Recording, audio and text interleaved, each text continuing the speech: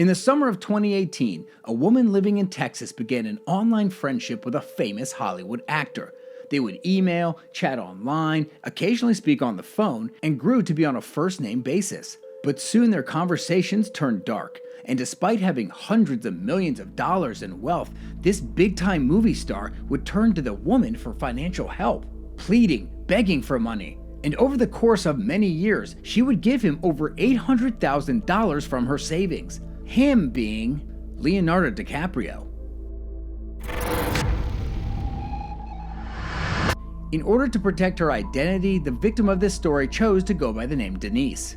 Denise was a 54-year-old woman living in Houston, Texas. She was a mother of 2 daughters who were now grown and out of the house. Denise was also a widow. Her husband had died 2 years earlier after a battle with cancer. At this point in her life, Denise decided she wanted to start engaging with others. She wasn't looking to start dating or anything, she just wanted to be a little bit more interactive. So, like many others, she took to social media. She started a Twitter account and began following some politicians and musical bands she liked. She also followed animal rights activists, nonprofit organizations, and environmental groups, which was something she was very passionate about. And if there was a celebrity who also expressed pro-environmental views, she was definitely following them. About a month after Denise created this Twitter account, she received a private message through the app. It was from one of the celebrities she followed, Leonardo DiCaprio. Of course she was skeptical at first, replying in the message, "What's your real name?"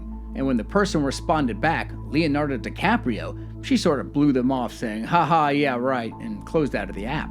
But the private messages kept coming, several over the next few days.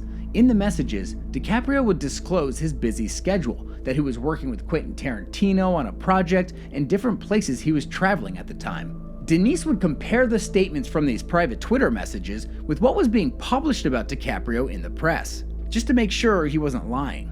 And the person on Twitter always seemed to be one step ahead of the news, which made Denise believe, maybe I am speaking with the real Leonardo DiCaprio. So she started responding back, open to the idea that she was talking with Leonardo DiCaprio. Soon their relationship moved from Twitter to texting on their phones, and DiCaprio insisted that Denise call him Leo. Shortly after their text relationship began, they started speaking on the phone. Not long daily conversations or anything, but brief calls once in a while. Just by the sound of his voice, Denise instantly knew it was him. She had seen all of his movies, watched him in interviews, so there was no mistaking what he sounded like. Denise was now convinced that the person she was conversing with was the Leonardo DiCaprio. Most of their interactions would take place online, either through texting or emails. They would joke around, talk about food, family, life. Overall, their discussions were kept pretty light. Until one day when Leo suddenly let Denise in on a dark secret. A secret that revealed just how deeply involved Leo was with the Church of Scientology.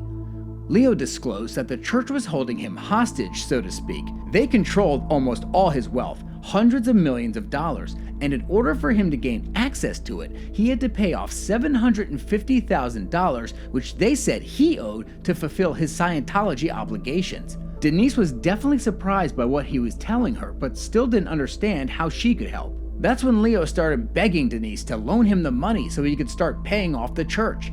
Denise was hesitant, but Leo kept on, sounding more and more desperate, telling her that he had nowhere else to turn and that everything he did was controlled and had to be approved by the Church of Scientology, from travel arrangements to purchases he made, even the women he dated. He then went on to talk about torture and rituals within the church involving people and animals, and he would be drugged and forced to participate.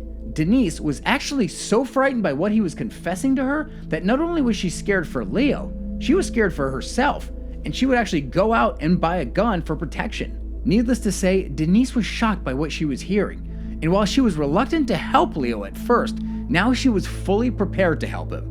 After all, this was someone she had developed a relationship with, so she felt compelled to help this person she considered a friend. So in September of 2018, Denise sent $6,000 to a man named Kenneth in Georgia, who Leo said was one of his trusted aides. This was the first of many payments Denise would make, and by the end of 2018, she had sent money to 6 different trusted aides, totaling $256,000. 2019 was no different. Denise sent multiple cashier's checks for $71,000 to a company in New Jersey who Leo claimed was owned by his friend. She also sent out payments of $50,000 and $20,000, and by the end of 2019, she had paid Leo a combined $620,000. Now, if you're wondering, why was she falling for this? Why would she keep sending this person money? You have to understand, Leo was indoctrinating her with these ideas that the Church of Scientology was this powerful force, and he was just this helpless little victim, to the point where she was somewhat brainwashed. For example, when Leo was spotted flying commercial instead of his usual private plane, he told the press that it had to do with his environmental concerns. But Denise knew that the true reason was that the Church of Scientology controlled all his money, so he was forced to fly commercial instead of on a private jet. But it's important to note that during all of this, Denise did have her concerns. In fact, she confided everything that was happening to multiple FBI agents and a well-known journalist named Tony Ortega, who specialized in covering the Church of Scientology. So she was definitely suspicious that this may be a scam, but Leo always found a way to convince her that it wasn't a scam and that he was the real deal.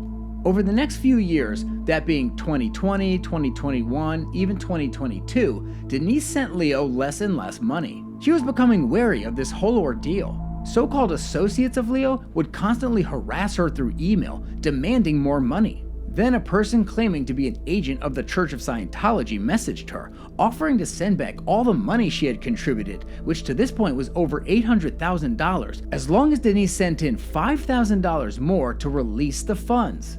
Denise wasn't having any of this, so she went back to the FBI and Tony Ortega, the journalist I mentioned earlier who specialized in writing about Scientology. She turned over all her texts, emails, and letters that were written between her, Leo, and any associates she was in touch with over the years. After analyzing all of that, this is what they uncovered. First, the FBI discovered that all the emails Denise was receiving from both the associates and Leo were originating outside of the US. Tony, the Scientology expert, found many inconsistencies when Leo would talk about Scientology, as if the person Denise was communicating with didn't know the religion at all. And upon close inspection, all of the letters Leo had sent Denise, which he claimed were from the Church of Scientology, had fake letterheads. Tony then observed something very interesting while reading all of the messages between Denise and Leo.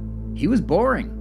Denise was very witty, sarcastic, and funny in the emails she wrote, but whoever she was conversing with had almost no sense of humor at all. The responses they gave were very straight and to the point, as if they were drawn from scripts. Most of the time, this person had absolutely nothing interesting to say or add to the conversation, which led Tony to the realization that perhaps the warm, loving relationship Denise thought she had with this person was just a creation of her own mind. Because she believed she was talking to the real Leonardo DiCaprio, she began seeing things as more than they really were.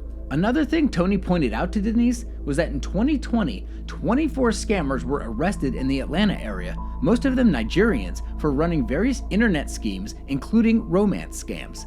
Coincidentally, 3 of the men Denise had sent money to in Georgia had Nigerian last names, which is something she never noticed at the time. Tony tried messaging the people Denise had been talking to over the years, including Leo himself, but never heard back from any of them. They even stopped contacting Denise, and the scam came to an end. Denise had been duped out of $813,000, which was a majority of the savings her late husband had left her before he passed. Obviously, this entire experience had a huge impact on Denise's life, but it was something she just had to accept and move forward from. But the one thing that continued to bother her was the mystery of who she was actually speaking to on the phone all those times. Because being fooled on the internet is one thing. It's easy. You can't see the person, you could be talking to anybody. But speaking on the phone is different. You can hear the person and make your own judgments, and she was 100% sure that the person she was hearing was Leonardo DiCaprio. Perhaps the scammers got someone who sounded exactly like him to talk on the phone, or maybe it was just Denise's brain altering her perception and filling in things she wanted to be true. It's just one of those things she'll probably never know. That's it for today's episode. If you find these scam videos interesting or helpful to you, be sure to subscribe and turn on all notifications so you can be alerted every time I post a new scam. Remember, hearing about it just may save you from falling for it. So until next time, keep your eyes open for scams.